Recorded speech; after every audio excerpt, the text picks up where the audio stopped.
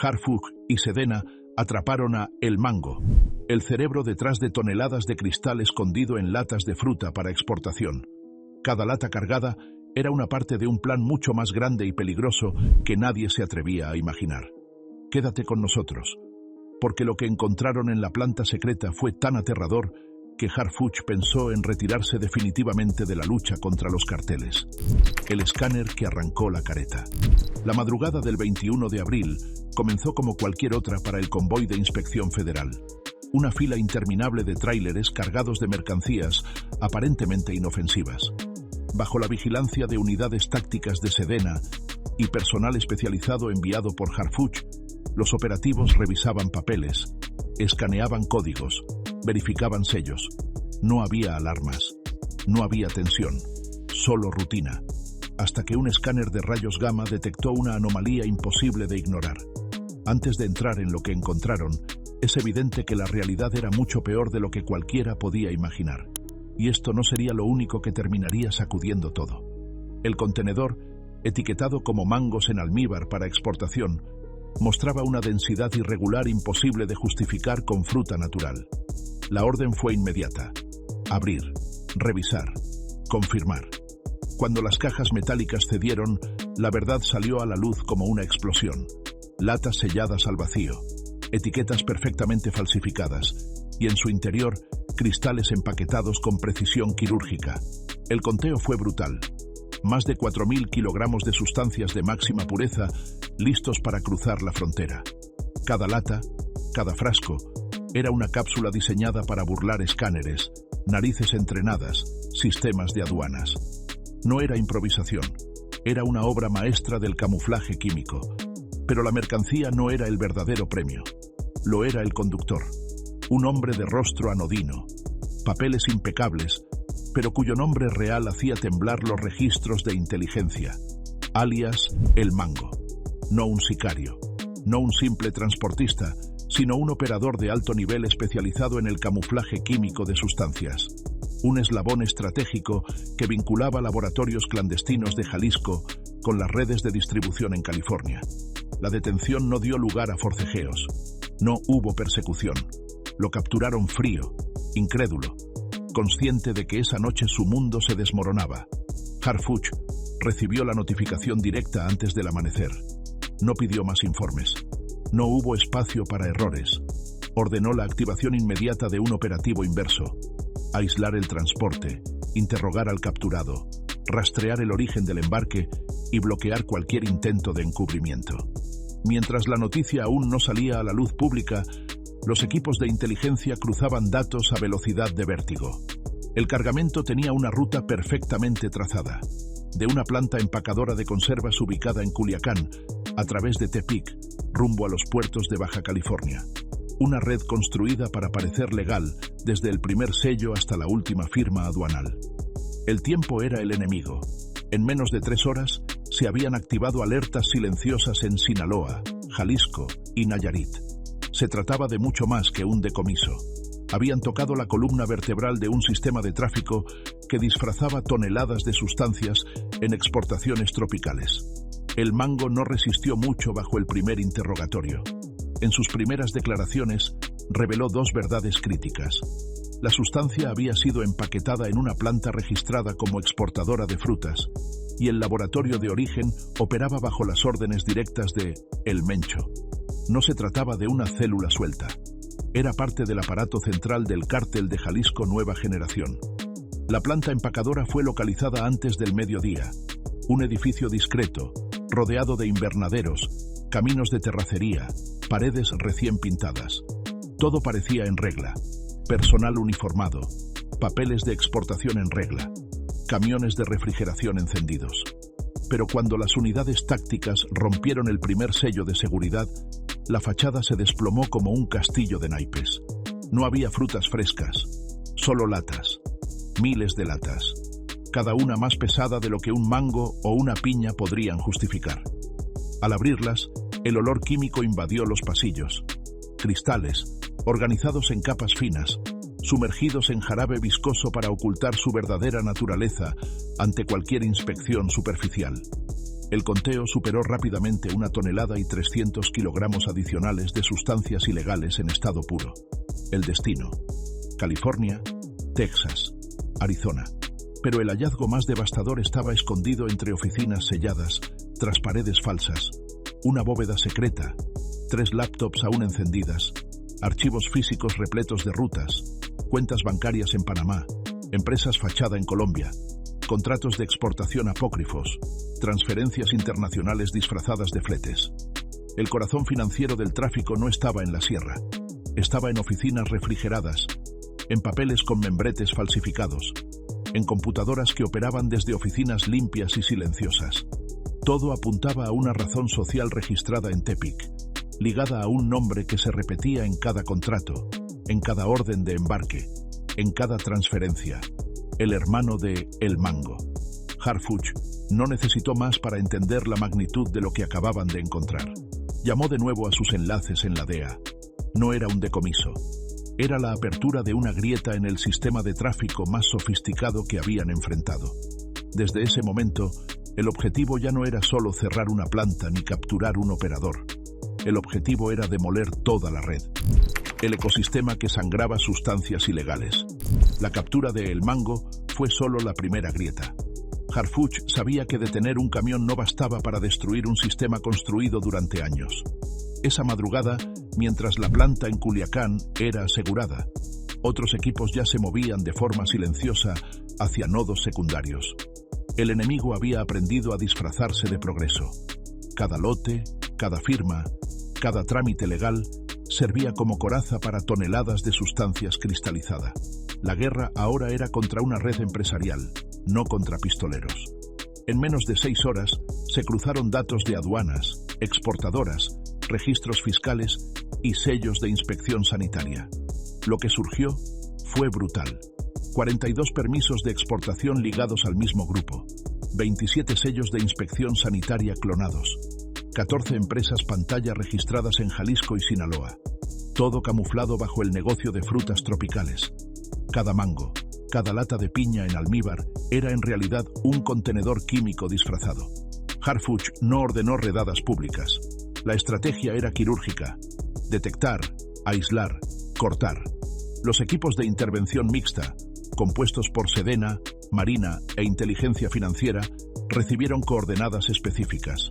Cada punto representaba un eslabón de la cadena de distribución invisible que había logrado infiltrar los puertos de México y los supermercados de Estados Unidos sin que nadie lo notara. El primer cateo fuera de la planta ocurrió en una bodega en las afueras de Tepic, un centro de distribución que, a simple vista, almacenaba conservas destinadas a exportación. La fachada era impecable: papeles legales, cámaras de seguridad, empleados con uniformes, sellos aduanales en regla. Pero cuando los peritos comenzaron a pesar los productos, la verdad se hizo insoportable. Cada caja superaba en peso el límite establecido por las normas de exportación. No era fruta, era cristal. Más de 500 kilogramos de cristales empacados en lotes que simulaban ser piña en almíbar con contenido reducido en azúcar. El engaño era tan elaborado que hasta los códigos QR de las etiquetas llevaban a páginas oficiales de control sanitario. Todo había sido diseñado para parecer intocable. La ruta de dinero era aún más siniestra. Cada embarque estaba ligado a facturas trianguladas a través de brokers inmobiliarios en Panamá, transferencias a cuentas de papel en Colombia y finalmente depósitos a distribuidores en Los Ángeles y Houston. No era un grupo criminal improvisado. Era un holding empresarial operado por fantasmas.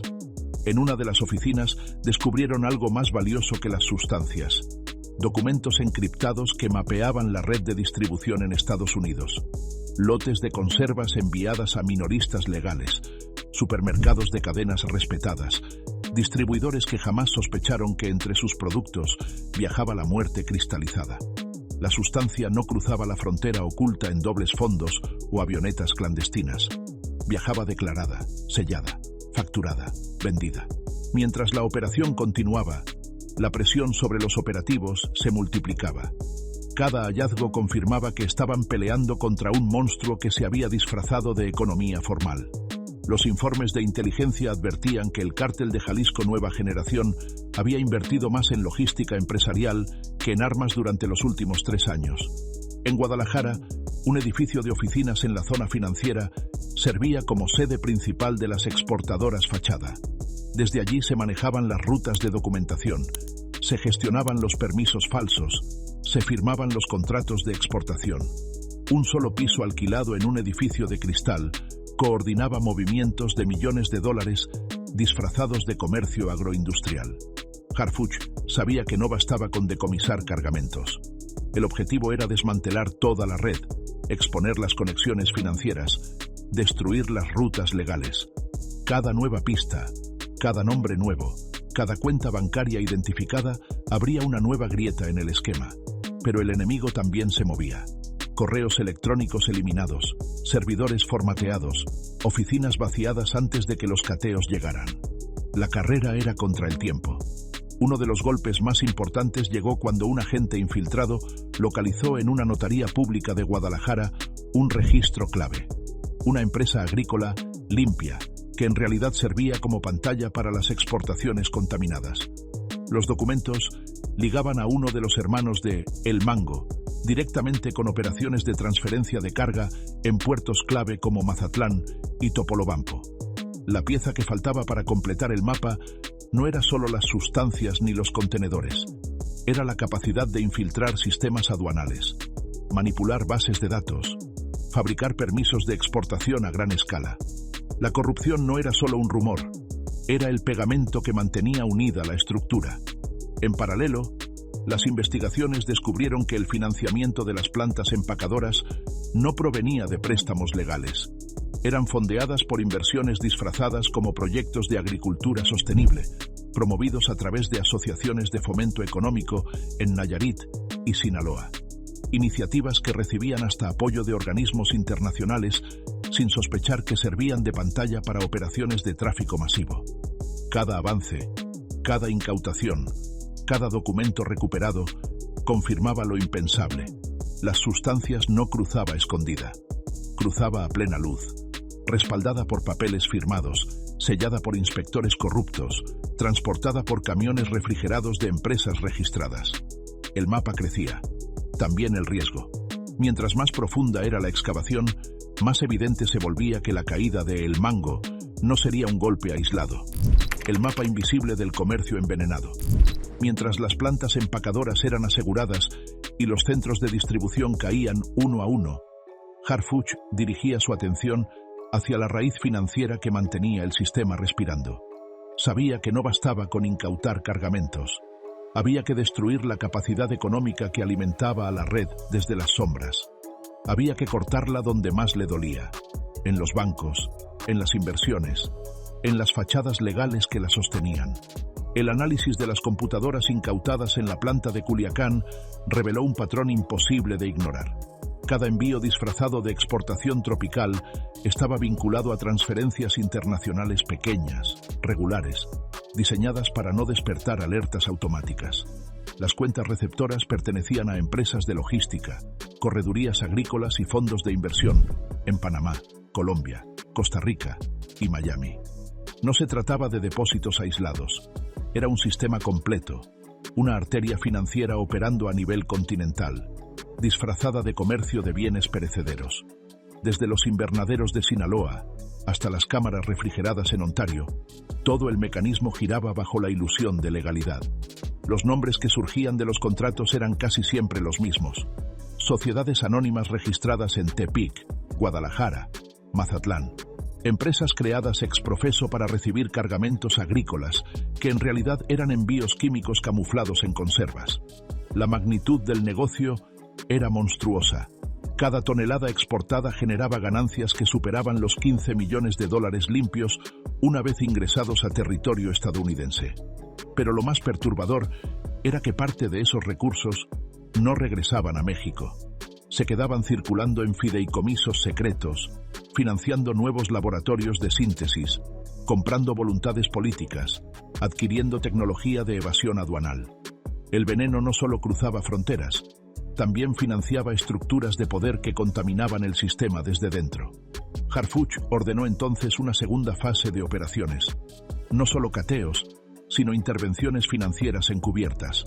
Se congelaron 36 cuentas bancarias en México y Estados Unidos en menos de 48 horas. Cada movimiento financiero ahora era rastreado, cada transferencia observada, cada firma auditada con microscopio fiscal. Una de las sorpresas más devastadoras surgió en Querétaro. Una empresa de biofertilizantes, registrada como promotora de proyectos sustentables, en realidad era el pivote central de lavado de capitales para toda la operación. Desde allí, se distribuían recursos hacia cooperativas agrícolas ficticias que servían de tapadera para la entrada y salida de embarques en los principales puertos. La intervención fue rápida. En menos de 6 horas, los equipos de inteligencia financiera habían bloqueado operaciones por un valor superior a los $22 millones, cortando la sangre que alimentaba a la red disfrazada de comercio verde. En paralelo, los operativos en Estados Unidos no se detenían. En San Bernardino, un centro de almacenaje declarado como distribuidor de frutas en conserva mostró ser en realidad un depósito intermedio de productos químicos empaquetados para reventa en el mercado ilícito. No era un punto final. Era un trampolín hacia redes de distribución minorista que inundaban barrios enteros sin levantar sospechas. La documentación recuperada en ese centro de acopio reveló un vínculo aún más preocupante.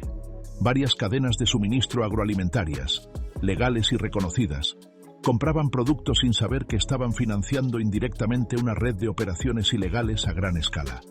El nivel de contaminación económica era profundo, sistémico, casi imposible de purgar sin una cirugía total. Mientras tanto, en Medellín, un operativo conjunto entre agentes estadounidenses y unidades antinarcóticos colombianas descubría otra capa de la red, una supuesta oficina de comercio exterior que en realidad servía como centro de triangulación financiera para el envío de remesas disfrazadas de pagos de exportación. 3 laptops incautadas en la operación colombiana contenían mapas financieros detallados, listados de operadores logísticos y un esquema de pagos cifrados que conectaba México, Colombia, Panamá, Ecuador y Miami en una telaraña tan extensa como invisible. Harfuch analizó personalmente los informes. Cada nueva conexión revelaba una verdad más incómoda. La estructura no era local, no era regional, era transnacional. Y no solo movía químicos camuflados, movía capitales, compraba estructuras legales, financiaba proyectos de fachada, infiltraba sistemas bancarios enteros. La operación en su conjunto había logrado lo impensable. No era necesario esconder cargamentos en dobles fondos ni lanzar avionetas improvisadas. Bastaba declarar el envío, pagar las tarifas correspondientes, falsificar un par de sellos y dejar que el comercio global hiciera el resto. La normalidad era la mejor cobertura. La siguiente etapa de la ofensiva sería aún más ambiciosa. Ya no se trataba solo de capturar operadores ni de comisar productos. Se trataba de derribar todo el ecosistema financiero, empresarial y logístico que permitía que la red existiera. La fachada perfecta que sostenía el infierno. Mientras los decomisos se multiplicaban en territorio mexicano y estadounidense, Harfuch centró su ofensiva en el corazón que permitía que el comercio ilícito siguiera latiendo. Las empresas de fachada. Allí, en torres de cristal, oficinas legales, despachos contables y firmas agrícolas, estaba el verdadero músculo que financiaba el flujo químico disfrazado de frutas tropicales. Uno de los hallazgos más reveladores surgió durante la intervención en Guadalajara. En un centro corporativo de lujo, dentro de un piso alquilado bajo el nombre de una supuesta empresa exportadora de productos orgánicos, los equipos de inteligencia hallaron la columna vertebral de la red. Documentos originales, contratos con cadenas de supermercados en el sur de California, facturación triangulada a través de brokers inmobiliarios en Miami, Panamá y Colombia. Lo impactante era el nivel de sofisticación. No se trataba de improvisados. Cada contrato, cada permiso de exportación, cada acta de constitución de empresa había sido elaborado por abogados expertos en comercio internacional. Todo legal, todo perfectamente diseñado para burlar auditorías, pasar inspecciones aduaneras y garantizar que las mercancías contaminadas llegaran a destino sin levantar sospechas. Pero lo que selló el destino de la red fue un descubrimiento fortuito. En una de las bóvedas digitales confiscadas en el operativo de Guadalajara, un archivo oculto contenía la lista de los verdaderos beneficiarios de las exportadoras. No eran nombres desconocidos. Varios de ellos figuraban como respetados empresarios agroindustriales en eventos de promoción económica en Estados Unidos y América Latina. El escándalo apenas comenzaba a asomar. Harfuch, consciente de que el tiempo era su peor enemigo, aceleró los movimientos. Activó el protocolo Niebla, una herramienta secreta de inteligencia financiera que permitía intervenir activos económicos sospechosos antes de que pudieran ser movilizados. En menos de 24 horas, se congelaron 57 cuentas bancarias ligadas a las empresas fachada. Se bloquearon 18 bienes inmuebles registrados a nombre de testaferros. Se cancelaron permisos de exportación en aduanas clave como Manzanillo, Lázaro Cárdenas y Ensenada. La estructura empezaba a resquebrajarse, pero Harfuch sabía que cortar las ramas no bastaba. Había que arrancar las raíces. Una de esas raíces emergió en la investigación paralela en Querétaro. Allí, una fundación ecológica que promocionaba proyectos de reforestación estaba registrada como donataria autorizada por el SAT. En apariencia, financiaba campañas de cuidado ambiental. En la práctica, triangulaba fondos provenientes del comercio contaminado hacia corredores inmobiliarios que los blanqueaban como inversiones verdes. La fundación recibía donativos en especie, los transformaba en recursos líquidos y los invertía en desarrollos turísticos en Puebla, Querétaro y Quintana Roo. Todo bajo el paraguas de la inversión sustentable. Ningún banco cuestionaba los movimientos. Ningún auditor detectaba la contaminación subyacente. Cuando la fundación fue intervenida, la magnitud del fraude dejó sin aliento a los analistas. Más de 38 millones de dólares lavados en menos de 4 años, provenientes directamente de operaciones de exportación supuestamente agrícolas. Mientras los números crecían, también lo hacía la lista de implicados. No se trataba solo de operadores logísticos o empresarios pantalla. Entre los documentos incautados comenzaron a surgir nombres de funcionarios de rango medio en aduanas, inspectores de sanidad vegetal, autoridades de certificaciones fitosanitarias, todos cobrando su parte para cerrar los ojos en los momentos críticos. La corrupción era más profunda de lo que cualquier informe previo había advertido. La operación cruzó entonces una línea irreversible. Ya no se trataba solo de comercio envenenado. Era un sistema entero, una economía subterránea alimentada desde la legalidad aparente, envenenando mercados, contaminando finanzas, desdibujando las fronteras entre lo legal y lo ilícito. Harfuch decidió actuar con una precisión quirúrgica. No bastaba con congelar cuentas. Era necesario desmantelar cada empresa pantalla, destruir cada ruta financiera, exhibir cada conexión corrupta ante las agencias internacionales. En coordinación con el SAT, la UIF y agencias de inteligencia estadounidense, se ejecutó la Operación Sombra Verde, una ofensiva simultánea en México, Panamá, Colombia y Miami, para congelar activos, incautar bienes y desarticular sociedades anónimas utilizadas como vehículos de lavado. El golpe fue devastador. En menos de 72 horas, se habían inmovilizado más de 90 millones de dólares en activos líquidos. Se aseguraron propiedades de lujo en Guadalajara, San Diego y Bogotá.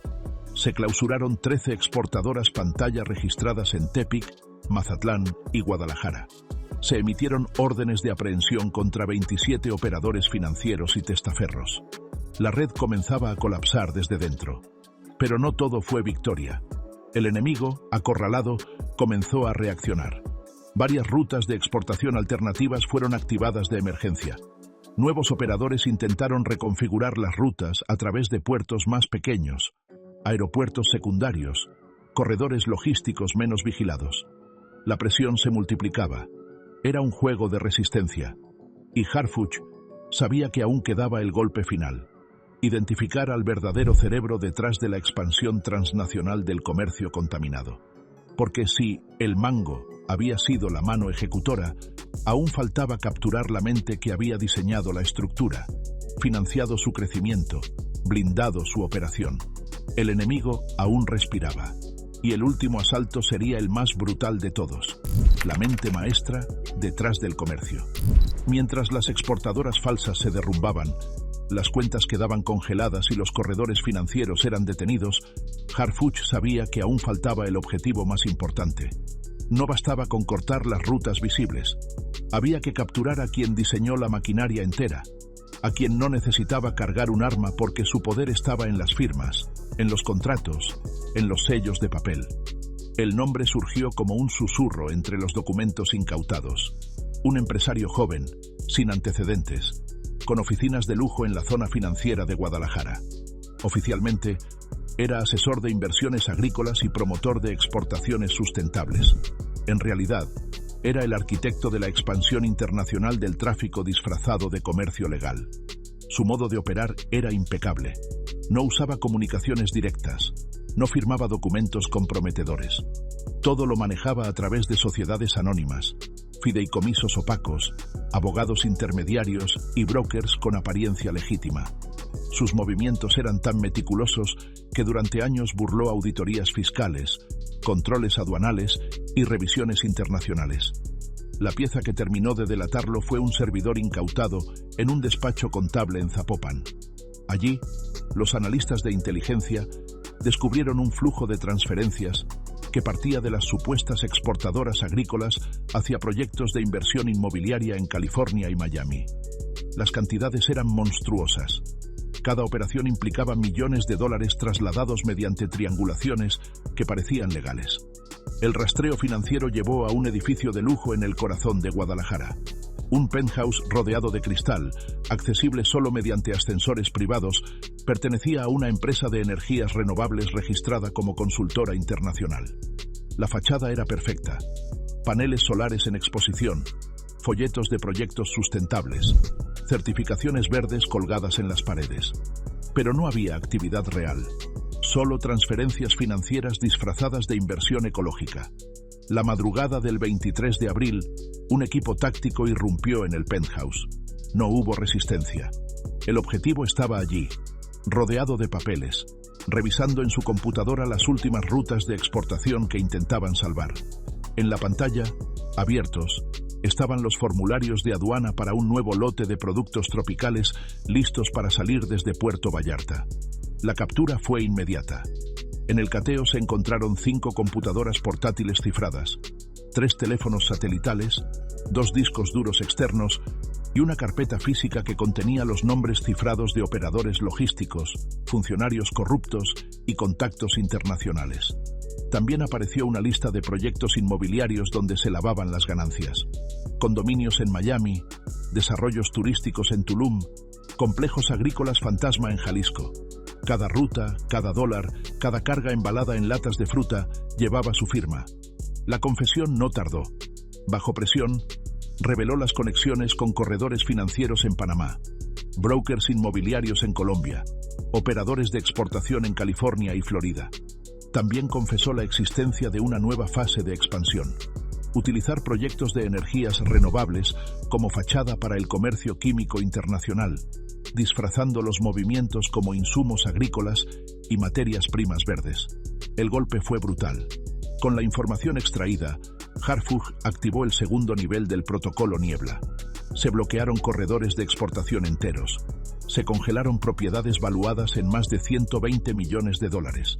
Se emitieron alertas rojas de Interpol contra operadores clave escondidos en Panamá, Colombia, Costa Rica y Estados Unidos. En menos de 72 horas, el sistema entero construido durante años colapsaba como un castillo de naipes.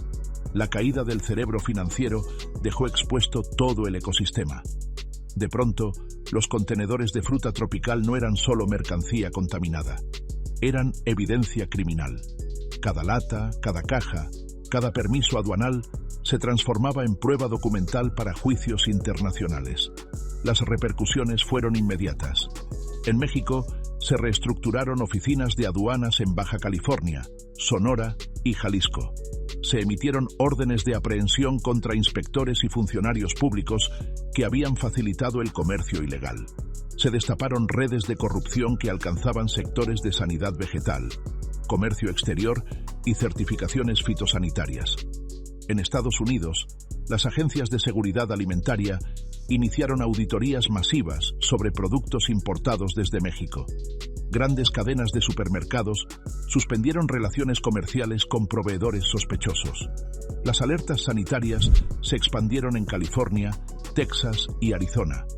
En Colombia, Panamá y Costa Rica, los gobiernos locales decidieron actuar con firmeza.